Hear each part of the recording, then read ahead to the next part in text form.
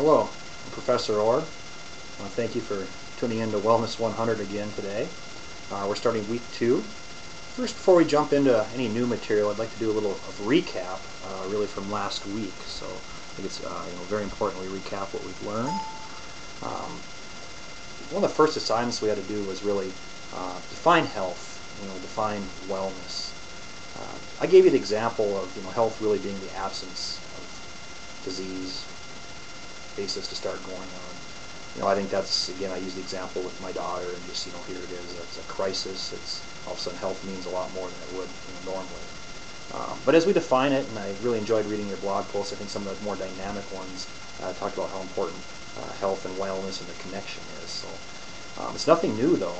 In 1947, the World Health Organization, they actually said health is a state of complete physical, mental, and social well-being, not merely the absence of disease or infirmity. We also have the idea that health is sought to be not end itself, but a means to a good life, and that came from Plato, so that even, of course, obviously postdates the 1940s. We also have health as a normal functioning of all parts of body. That's a 1924 definition. 1967, we have definitions such as health as a quality of life involving dynamic interaction and interdependence among the individual's physical well-being, his mental and emotional reactions, and the social complex in which he exists. And again, you can see my emphasis on, or hear my emphasis on he. That definitely shows, again, how definitions change within time and culture. We would certainly be more favorable towards all gender on that one now. We also have 2011, if you looked up the Merriam-Webster Online Dictionary, health is the condition of being sound in body, mind, or spirit, especially freedom from physical disease or pain. Wellness, we're talking there more so about maximizing our potential, finding balance, purposeful direction.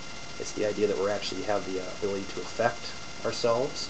Another definition I like, wellness is an active, lifelong process of becoming aware of choices and making decisions toward a more balanced and fulfilling life. Wellness involves choices about our lives and priorities that determine our lifestyles, which I think is as myself as a professor and yourself being an advocate for health, I think that's something that definitely gives us a positive outlook that we can do something about it. But more important, I think, is the idea that we have this holistic approach to wealth. It's the basis is holism.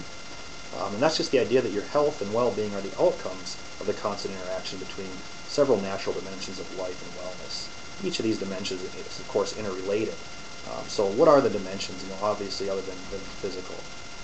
Well, once we start looking at the other sides of it, a couple things come up right away. Spiritual, emotional, intellectual, the physical dimension of wellness, cultural, occupational, environmental, mental, social, medical, and even financial health. And I think that's even becoming more popular now as we've been again in another crisis. So we get the ideas of the different dimensions of wealth. But more importantly, when we're talking about health and wellness, why are we talking about it? Why is it important that we argued, spent over about 130 posts on defining wellness and health? Well, there's 5 reasons I think that is just really an important concept. Well, one, wellness is a used term by health and fitness professionals and the general public that's really not understood sometimes. It's defined in many different ways by many different people. Different cultures have different perspectives on it. The lack of common definition of wellness is confusing to consumers and professionals. Here is like-minded scholars, we could not find a clear definition. And because of this, it makes it impossible to develop a sound body of scientific knowledge as it relates to wellness. This can really create a lot of quackery and confusion and just incongruence out there when we're talking about wellness and health with professionals. So I do believe that wellness is a choice. It's a decision you make. I think it's moving towards, again, that optimal health. What's the best I can do, or what's the best that my clients perhaps can do. So these are really the ideas of health and wellness. Now, if you have not taken the worksheets and stuff from week 1, well, it's week 2. I hope you do a little better job of keeping up with that. For most of you, I'm just telling you a good job from everything you've done so far. Or you have that syllabus quiz in week 1. Hopefully that's been completed. And anything other than that, make sure you send some emails and let me know what any questions you might have as we progress throughout Wellness 100 this semester. Again, I'll try to keep these podcasts very brief. I know as a former history professor, I could probably talk 45 minutes or so, but I'm going to go ahead and keep these down to a brief 3 to 5 minutes and try to really key on the key information, the critical stuff that you're going to need to know. So I appreciate you joining in and look forward to the next podcast, which will actually be up this week. There will be 2 this week. So thank you again.